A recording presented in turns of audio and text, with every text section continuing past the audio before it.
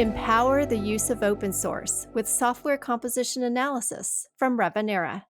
Hello, I'm Kendra Morton, Product Marketing Manager at Revenera. You're listening to a software composition analysis podcast where we discuss the importance of open source use in modern software development and how organizations are managing associated compliance and security risk. So here we are not too long after the critical Log4j vulnerability, and most likely an issue some organizations might still be struggling to remediate. And what pops up on our radar but Spring4Shell, an RCE vulnerability in one of the most popular open source frameworks for Java applications. The NVD has given this issue a CVSS score of 9.8. I'll leave the rest of the details about this vulnerability to someone much smarter than me, Niraj Thakur, who is with us today to explain more about Spring4Shell. Niraj, it's so good to talk with you again, although one of these days, hopefully, we're going to talk about something other than a critical vulnerability. Yeah, thank you for having me here, Kendra, first of all.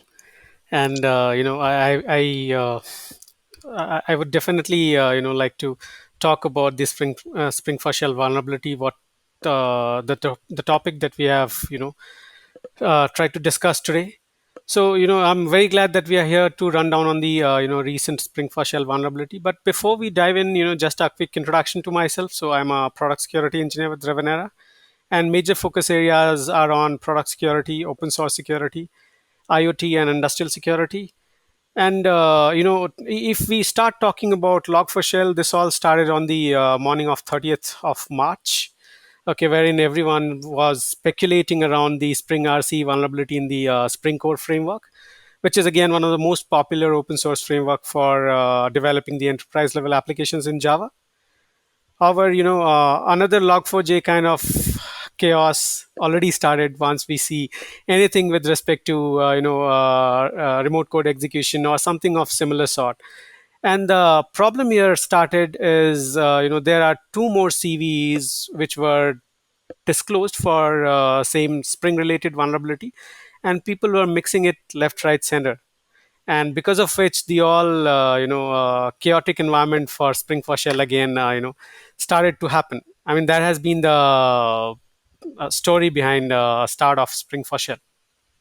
Very good. So help our listeners understand this issue a little bit more. So what are kind of the nuts and bolts of the Spring4Shell vulnerability? What's it about?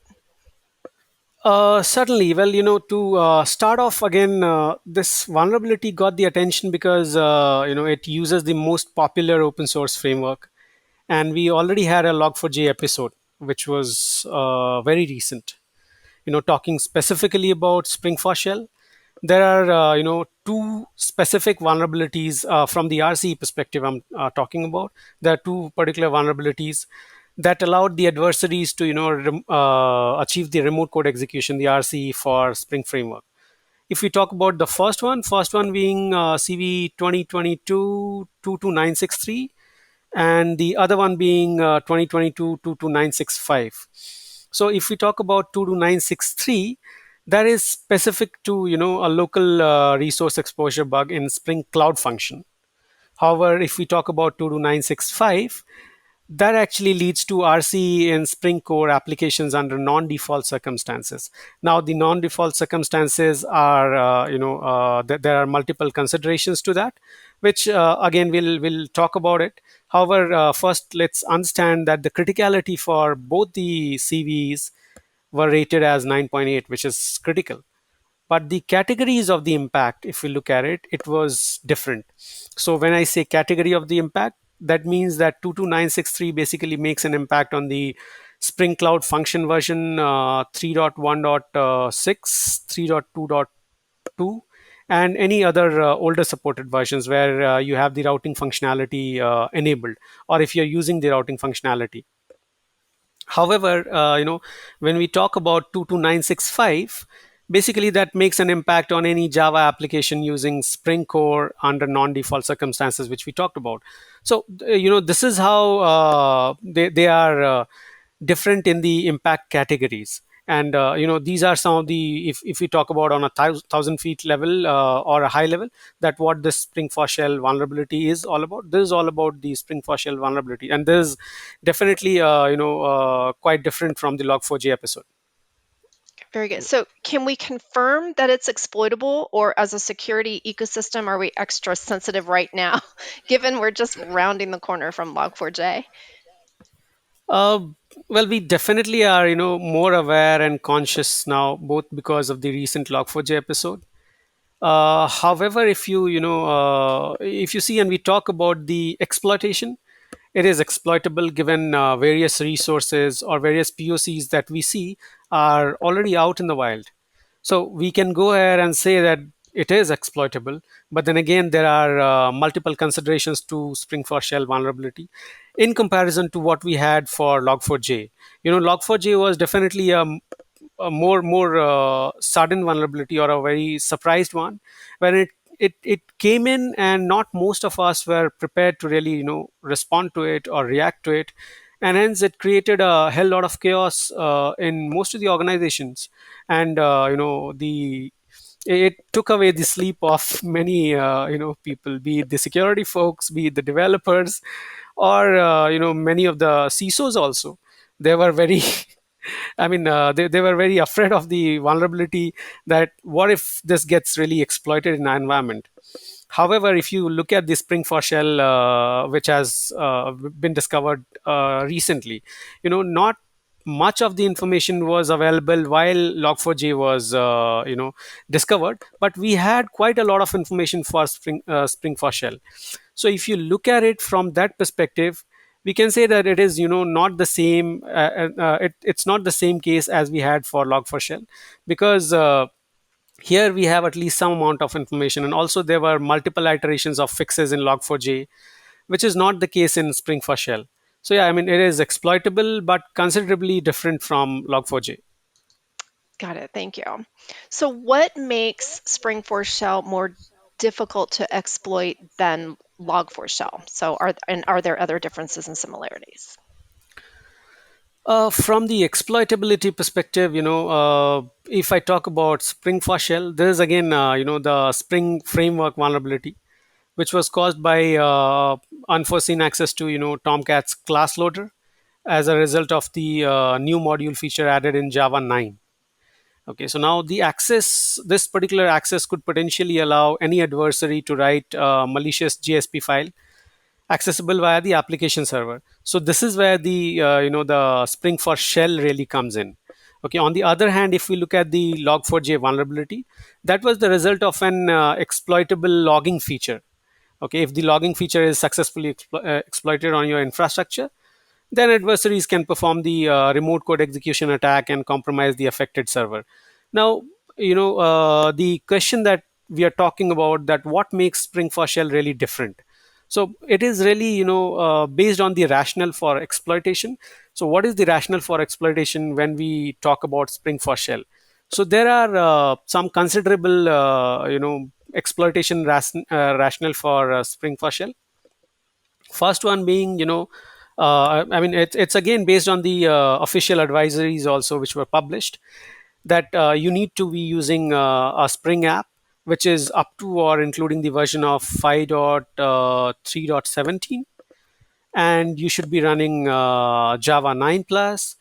You should be using the form binding with name equal to value pairs, and you don't, if you're not using allow list, or if you don't have a deny that blocks the field like class, module, or class loader, in these cases you are vulnerable. And last but not the least, the one which we talked about, the Tomcat.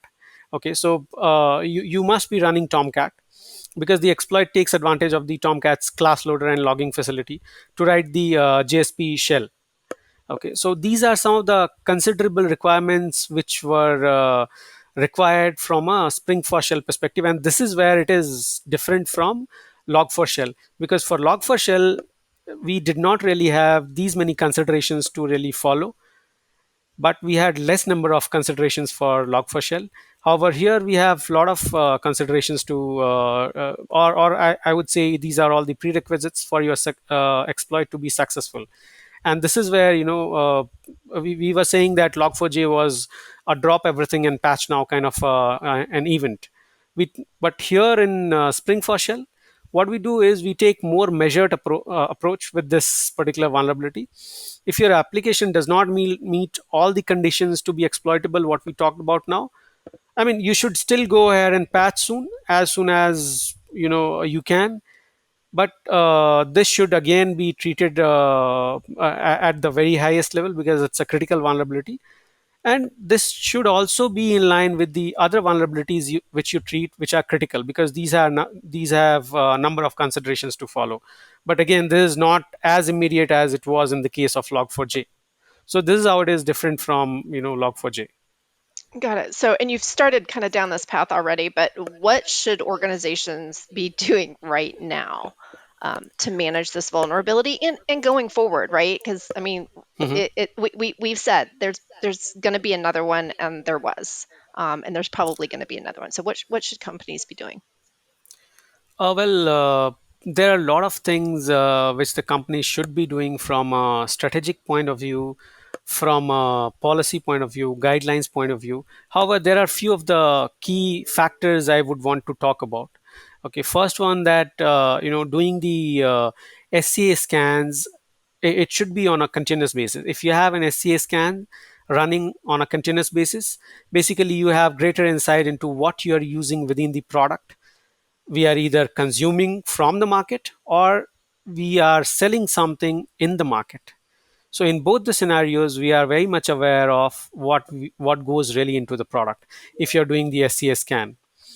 The second one that I would want to highlight or I want to talk about is conducting the supply chain security assessment. So, conducting supply chain security assessment would again give you a clear visibility to the components we are using in our products, especially from the open source and third party ones. So that is where your supply chain security requirements or supply chain security related controls kicks in, and you get to know that what do we really have within the environment, or maybe something that we are getting into the environment.